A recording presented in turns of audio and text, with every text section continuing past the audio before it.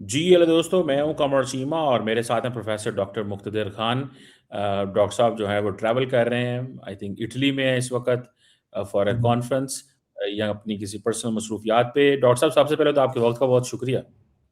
बस thank you very much कमर साहब, और आपके सुनने वालों को मेरा सलाम नमस्ते। मैं यहाँ रोम आया हूँ, अभी पहुँचा हूँ आधा घंटा हुआ है।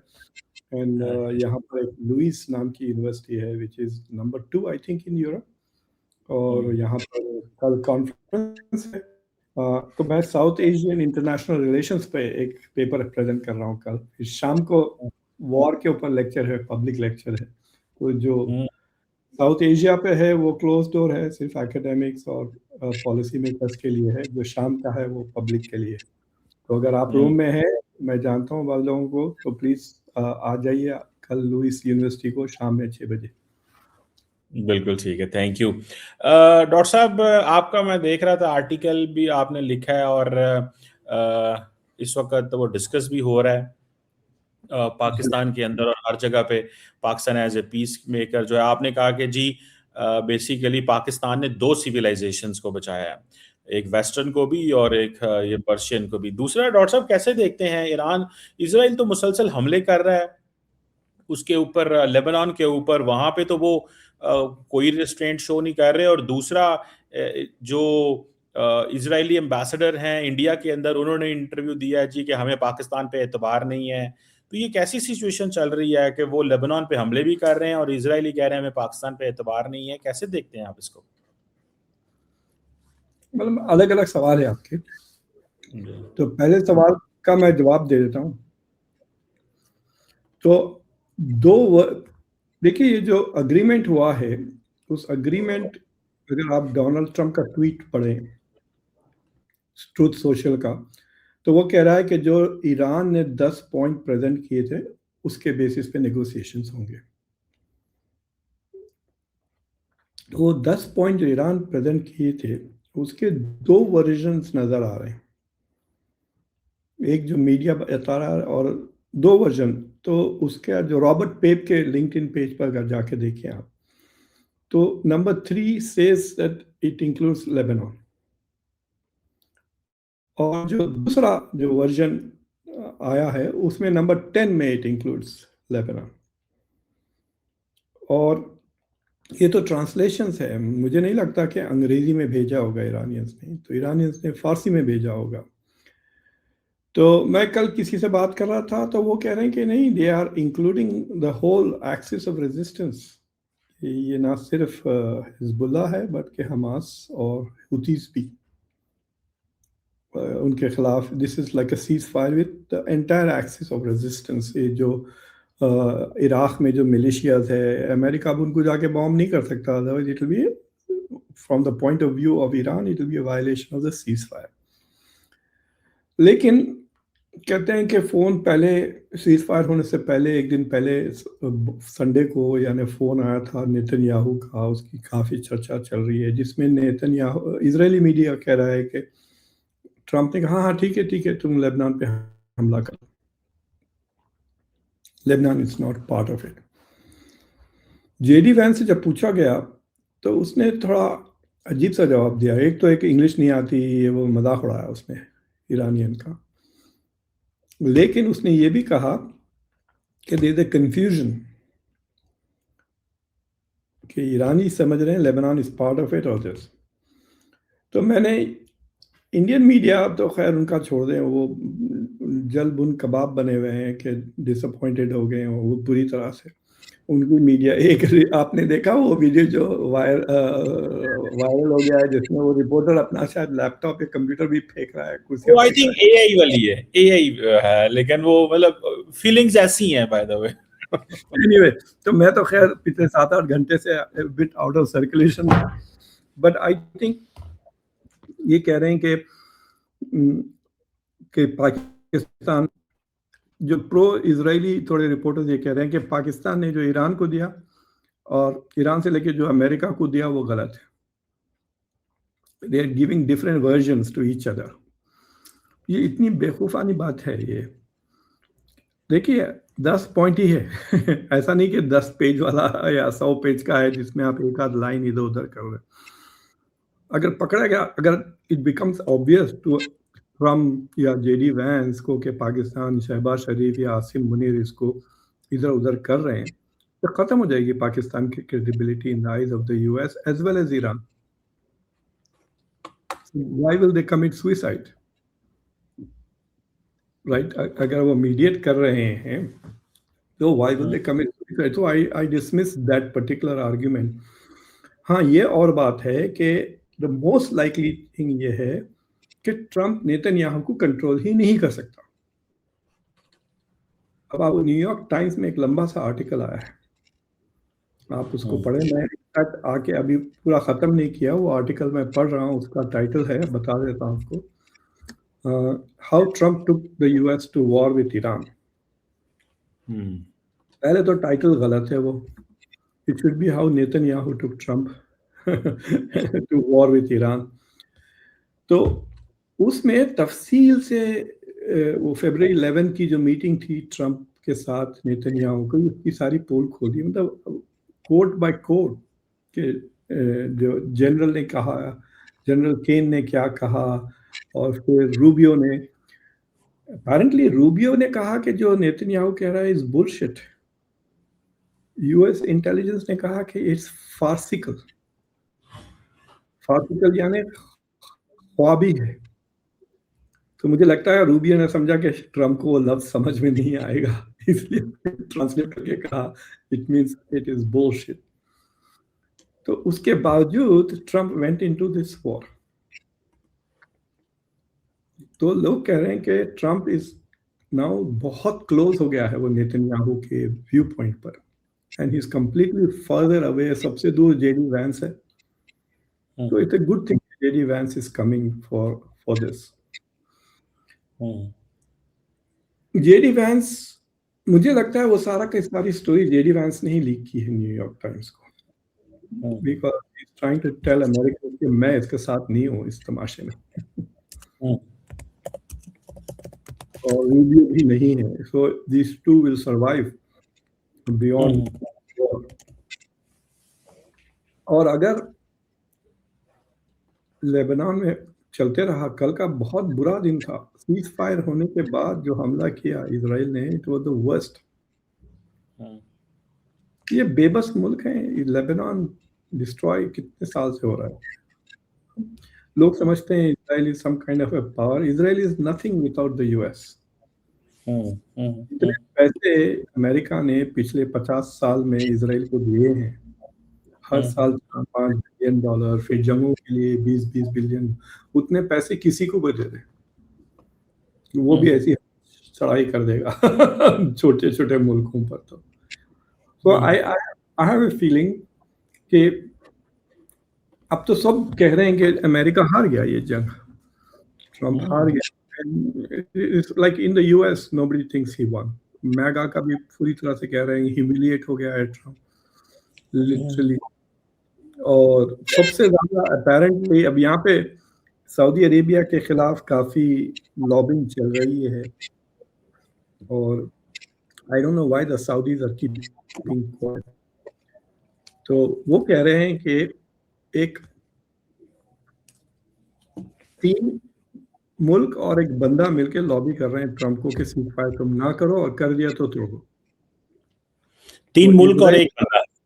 हाँ, यूएई, सऊदी अरेबिया, इजराइल और सेनेटर लीबर पर वो लिंसी ग्राम जो है साउथ कैरोलिना का, जो पब्लिकली भी उसने ट्वीट भी किया इसके खिलाफ।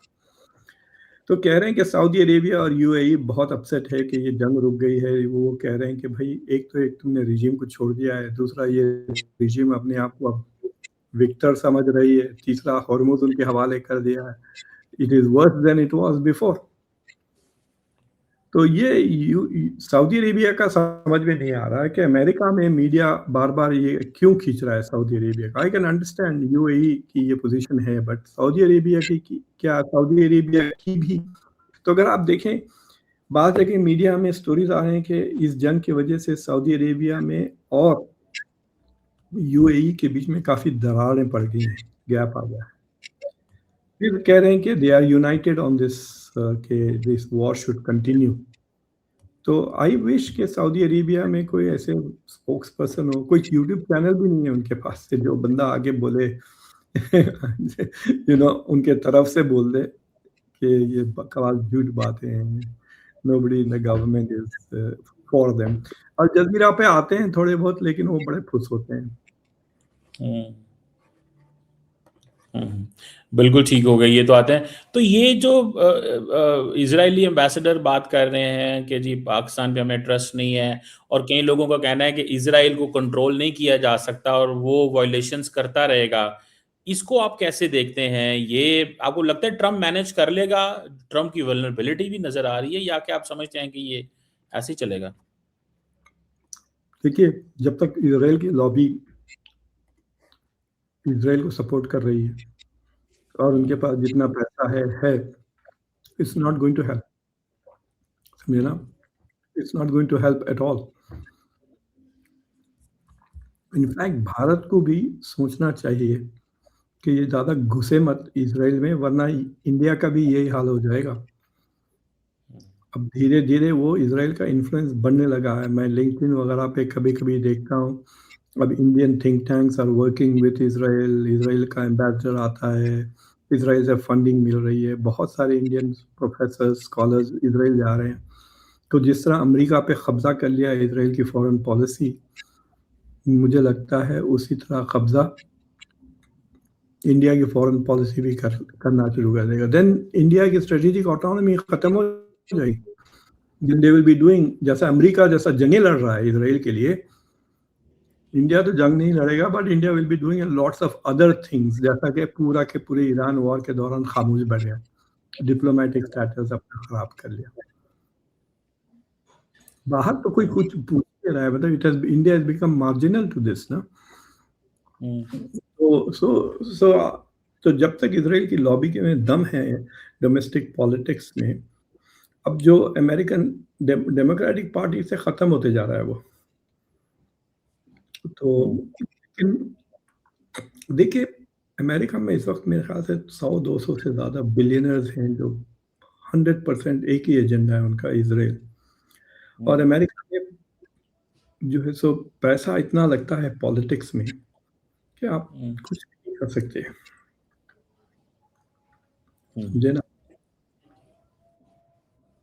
मैं आपको गारंटी देता हूँ, अगर मैं एक शो प्रो इसराइल कर दिया ना, तो मैंने, आप तो बड़े चैनल है आपके, आप पूरी जिंदगी में उतने पैसे नहीं कमाए हो गए यूट्यूब से जो मैं वो एक ही शो में बना लूंगा।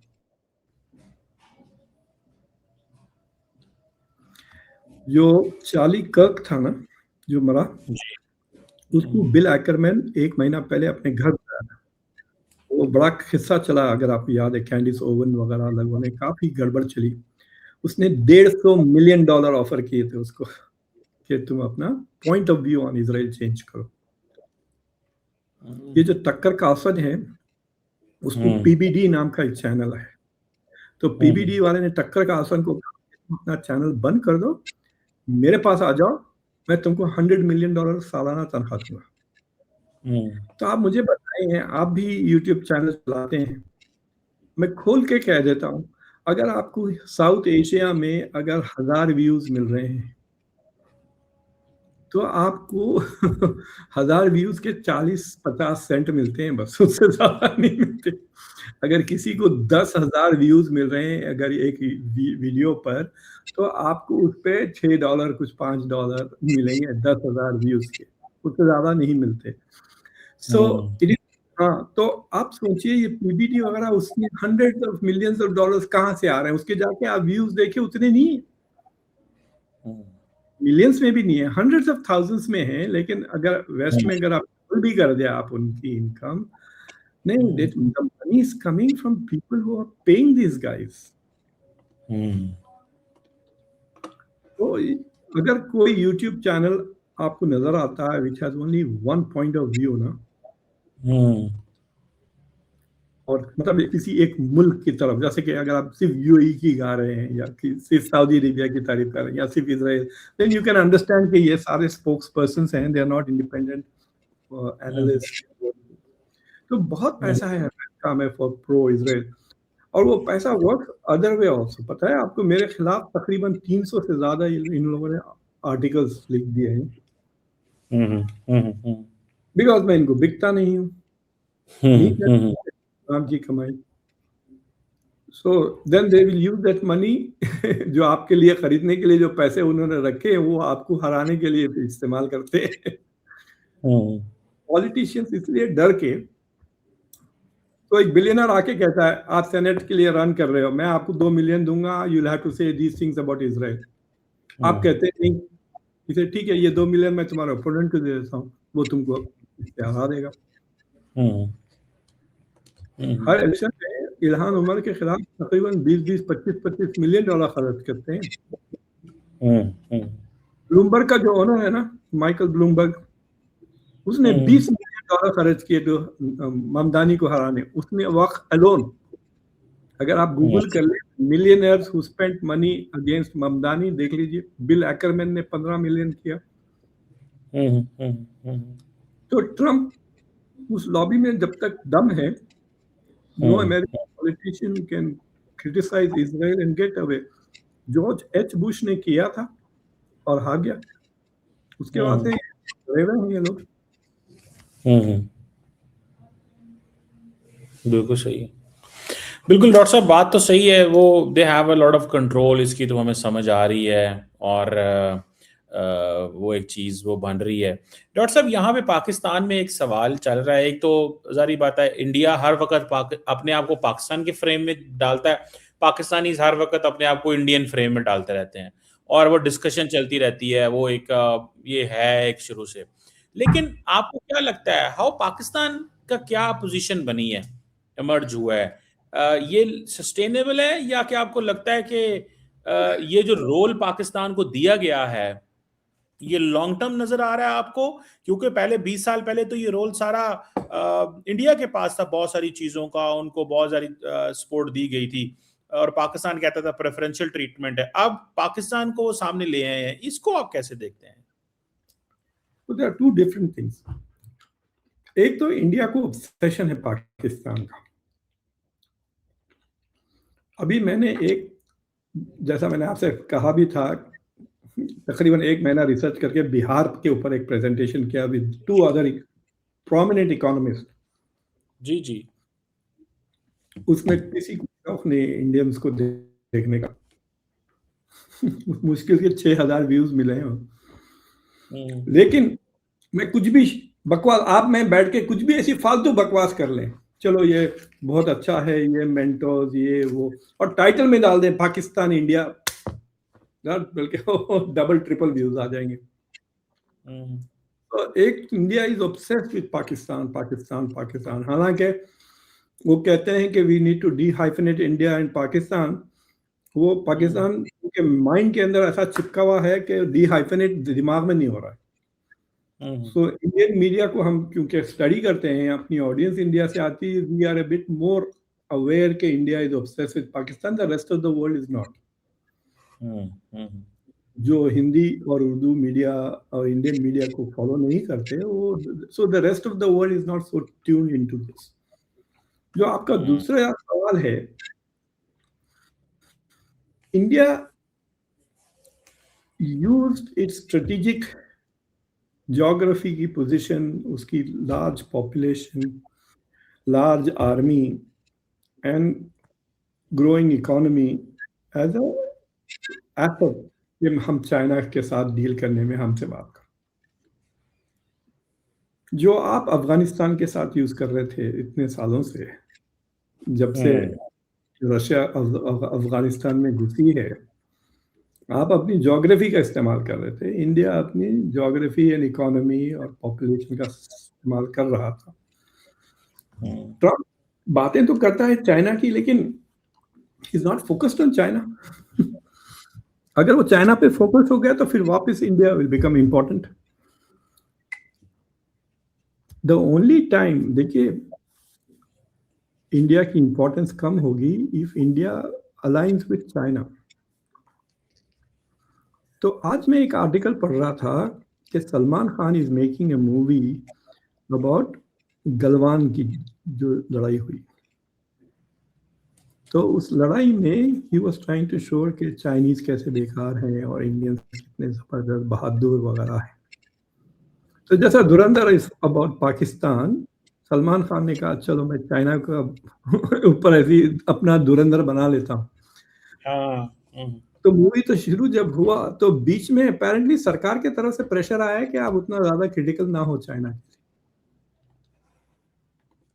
तो he has to redo the film. अब ये कितना सच है कितना नहीं, बट इंडियन मीडिया में ये चल रहा है कि मॉडिफाइंग हिज फिल्म अबाउट, क्योंकि इंडिया अपनी थोड़ी एंटी चाइना रेटरिक कम कर दी है ना, as a rebalancing act because they don't know what to do with सम।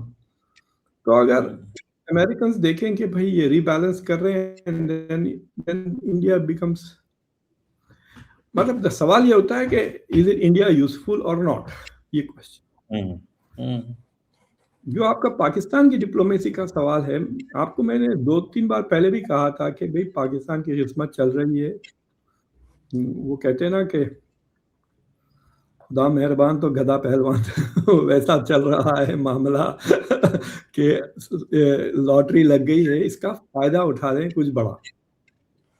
नहीं, वो तो जारी बात है, हम वो बड़ा फायदा तो उठाएंगे ही। लेकिन मैं आपको डॉक्टर साहब एक बात बताऊं, मैं आपको एक पंच लाइन दे रहा हूं टू आवर व्यूअर्स, एक नेक्स्ट 60 सेकंड में बताने जा रहा हूं। देखिए, अमेरिका ने अफगानिस्तान के हवाले से एक अप्रोच थी, तालिबान बनाए, फिर तालिबान खत्म किए। पाकिस्तान 50 साल रेलिवेंट रहा, ज्योग्राफिक रेलिवेंस। अमेरिका की एक जनरेशनल स्ट्रगल है against Iran because of its Middle Eastern politics and Israel हमारा 900 किलोमीटर का बॉर्डर है। अमेरिका की जनरेशनल स्ट्रगल है against China for next 50 years 100 years, हम we are the bordering country. ठीक है जी। इंडिया अगेन अ प्लेयर जो इधर है कभी इधर है। सो अमेरिका को हमें चाहिए ही चाहिए। अमेरिका के पिछले 50 साल के गोल्स और अगले 50 साल के गोल्स हमारे साथ अटैच हैं। तो हमारी ज्योग्राफी जो है वो इतनी जबरदस्त है कि हम ग्रेट पावर्स के साथ ही प्ले करेंगे। नेक्स्ट सुपर पावर के हम नेबर हैं, जिसके हम एलाए हैं, और जो पिछली नेक्स्ट पावर है या जो मौजूदा नेक्स्ट पावर है वो हमें कह रही है कि ईरान के साथ मेरे मामला ठीक करा दो। तो हमने मतलब we are good to go, हमें वो उस मामले में कोई प्रॉब्लम नहीं है। हमें सिर्फ लीडरशिप प्रॉब्लम आती है, और घर में ये जो चापड़ चलियां मारते रहते हैं हमारे सियासतदान, ये बंद हो जाए तो ये तो बहुत तबाही हम मचा सकते हैं। मतलब what I am trying to say is कि ये 50 साल में what have you achieved from in terms of human development, economic development? आप बांग्लादेश के पीछे हो गए। So that's what I am trying to say कि फायदा क्या हो रहा है, यही तो कह रहा हूँ। अच्छा सवाल। मैं आपको एक बात बताऊं, यहाँ पे आजकल पाकिस्तान में हम ये बात कर रहे हैं कि हमें क्या मिला अफगानिस्तान से यार। हमें डॉक्टर साहब एक चीज मिली। पाकिस्तानीज कहते हैं कि हमने इतना क्राइसिस पैदा कर दिया, इतना शोर डाल दिया उस जंग के दौरान, Kalashnikov, drugs, Taliban, this and that, लेकिन जो पाकिस्तान का रियल पर्पस था that was building nuclear weapons, और वो पाकिस्तान ने उस सारे फेज में कर लिया। फिर उसके एज ए स्टेट हमारे लिए चैलेंजेस हैं। आज ईरान मार खा रहा है, हम उस फेज से बहुत पहले गुजर गए, वरना पढ़नी हमें भी थी। और हमारे साथ ये जो इतना प्यार मोहब्बत सारी वेस्ट का है, ये बिकॉज उनको पता है they got the ultimate weapons and they have a military capability, security उनको पता है ये अपनी ठीक कर लेंगे। जब ये पिछले 25 सालों में तमाम अरब मुल्कों में अटल पतल हो रही थी, तबाही मच रही थी, तो हमने अपने आप को स्टेबिलिटी रखी है। बेशक थोड़ा बहुत हम लड़ा रहे हैं। तो मेरा ख्याल है ये क्राइसिस पैदा करने का मकसद भी अल्टीमेट ऑब्जेक्टिव अचीव करना था, जो पाकिस्तान ने अगेंस्ट इंडिया एंड ओवरऑल जो है वो कर लिया। नाउ एज ए गेम हम कैसे यहां से निकलते हैं, अपनी आबादी को कैसे निकालते हैं, इसका वो जिसे कहते हैं ना, देखें, there is a demographic winter in the west and there is a demographic bulge in Pakistan and India and here. तो अब how we have to get out of it, ये obviously is a question जो आपकी बात से मैं agree करता हूं कि Pakistan should not waste more time on this. देखिए, इकोनॉमिक सिचुएशंस इतनी खराब हो सकती हैं बाज़ जगहों पे, आई एम नॉट सेइंग कि पाकिस्तान में होगी अभी, but still to have a per capita income of 1600 is really very Yes. bad. Yes, 40 yes, agree. 40 साल की सैंक्शंस के बाद ईरान 3 गुना अमीर है आपसे एट 4,800 पर कैपिटा। तो मेरा सवाल ये है कि अल्टीमेटली गवर्नमेंट का मकसद ये होता है कि आप अपनी सिटीजन्स की क्वालिटी ऑफ लाइफ इंप्रूव करें, उनको सिक्योरिटी प्रोवाइड करें, उनको आज़ादी दें और उनको मतलब हर बंदे को मौका मिलना चाहिए कि वो क्या बने। एक मैं इंटरेस्टिंग बात बताता हूँ। एक ब्रिटिश प्राइम मिनिस्टर थे डिसराइली कहकर, जिन्होंने कहा था कि there is such a thing as positive freedom and negative freedom. Positive negative freedom वो होता है कि गवर्नमेंट आपको किसी भी चीज से रोकती नहीं। तो खमर जी आप मुसलमान हैं, आपको कल बुद्धिस्ट बनना है, बन जाइए, सरकार आपको नहीं रोकेगी। आपको इस्लाम छोड़ के कहीं और जाना है, बाज़ मुल्कों में तो जान चली जाएगी। They will not stop you. So they give you complete freedom. आपको अखबार चलाना है, चला लो, टीवी चलाना है, चला लो, जो करना है कर लो। You want to change your sex, change your sex. So there is, इसको नेगेटिव फ्रीडम कहते हैं। The state is not putting any barriers to आपको जो बनना है बन जाए as a citizen. Then there is something else. You कहते नहीं मुझे डॉक्टर बनना है, ठीक है बन जाओ, तो वो नेगेटिव फ्रीडम है। लेकिन बनेंगे कैसे अगर मेडिकल स्कूल ही नहीं है, लेबोरेटरीज नहीं है। हाँ, then the state has to come and make the medical school so you can become a doctor. उसको पॉजिटिव फ्रीडम कहते हैं, समझे ना। अगर आप कहें कि मुझे कुछ बनना है तो the state has to provide it. आप कहेंगे कि मैं अपना मजहब चेंज करना चाहता हूँ, negative freedom will be okay, go do it. लेकिन फिर गुंडे आके आपको मारना शुरू कर देंगे। Then you should have a state that can protect you. मतलब फ्रीडम ऑफ रिलीजन एक तो है, लॉ से आपको आज़ादी दे दे कि हम लॉ नहीं रहेंगे आपके खिलाफ। Then you need to have a police force which will protect you to have that freedom, ताकि आप अगर क्रिश्चियन बन गए तो आप फिर खुशी से क्रिश्चियन रहे, चर्च चलाए, whatever you do। तो वो जो पॉजिटिव फ्रीडम्स हैं वो छोड़ दें। आपके पास नेगेटिव फ्रीडम्स भी नहीं है फिलहाल। अगर आप स्टेट में देखें, there are many things you can not do, the government prohibits, and there are many things you want to do as an individual, जिसके लिए गवर्नमेंट के पास रिसोर्सेस ही नहीं है। तो वो क्या है, वो एक नई एक्ट्रेस है, सजल क्या नाम है पता नहीं। हाँ सजल, पता नहीं, हाँ सजल क्या, सजल अली। हाँ, तो उसका एक शो था where she wants to become a doctor. वो बेचारी गांव में रहती है।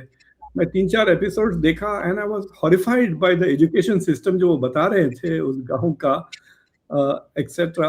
एंड खैर उससे मैं बोर हो गया और 4-5 एपिसोड के बाद मुझे पता नहीं वो बनी या नहीं doctor. But what I wanted to see is the state is not providing the basic institutions जो होनी चाहिए, networks, social, मतलब अब जैसा हमारे पास भी अब बाज़ लोगों को हेल्थ केयर, तकरीबन 25-30 मिलियन लोगों को, 10% अमेरिकन को हेल्थ केयर नहीं है, राइट। तो that is what I want to say. ये है मकसद स्टेट का, ये नहीं कि लॉजिकल एजेंडा पे आप जंगे करते रहे। नहीं, आपकी बात से मैं एग्री करता हूँ, लेकिन ईरान को ये एडवांटेज है कि वो पिछले 50 साल से विलायत फकीह में एक पॉलिटिकल कॉन्सेप्ट के नीचे रह रहे हैं। हमारा प्रॉब्लम पॉलिटिकल डिस्टर्बेंस रही है, मिलिट्री सिविल, सिविल मिलिट्री, ये जिसको हम बोलते हैं रिवॉल्विंग डोर डेमोक्रेसी, आ रही है जा रही है, आ रही है जा रही है। तो इसने हमें वो खड़े ही नहीं होने दिया। तो वो हम ये आपकी बात में आई सुपरली एग्री विद जो कि स्टेट का मकसद तो यही होता है जो आपने बताया कि वो इस तरह। बहरहाल देखते हैं डॉक्टर साहब कैसे सिचुएशन चलती है। Good luck to you in Italy, Rome, enjoy your conference and stay, beautiful city. और दुआ करें पाकिस्तान में और इस खित्ते में अमन हो और चीज़ें बेहतर हो। हमारे दोस्तों को भारत में भी आज बल्कि शशि थरूर ने बड़ा अच्छा आर्टिकल लिखा है कि इंडिया शुड सेलिब्रेट पाकिस्तान का जो है वो, कि उसको भी चाहिए कि वो कंट्रीब्यूट करे, इसमें ऐड हो, बजाय इसके कि आप लड़ रहे हैं और वो सारा करें। वो बड़ा डिस्कस हो रहा है इस वक्त, तो देखते हैं। Thank you very much. Doctor साहब, प्ले है। Thank you very much, grateful.